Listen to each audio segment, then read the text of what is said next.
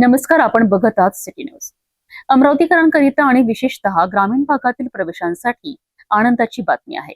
महाराष्ट्र राज्य मार्ग परिवहन महामंडळाच्या ताफ्यात आता अत्याधुनिक राजमाता जिजाऊ बस सेवेची भर पडली आहे. आमदार सुलभा खोडके यांच्या हस्ते या नव्या बसचे लोकार्पण करण्यात आले आहे. या बसमुळे विद्यार्थी आणि सर्वसामान्य प्रवाशांना अधिक सुरक्षित आणि आरामदायी प्रवासाचा अनुभव मिळणार आहे.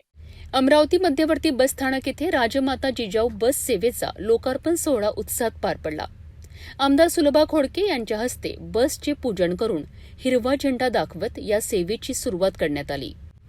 BS6 लेलँड एअर सस्पेन्शन तंत्रज्ञानाने सज्ज असलेल्या या बसमध्ये 3x2 अशी आसन व्यवस्था असून तब्बल 55 प्रवाशांच्या बसण्याची क्षमता आहे.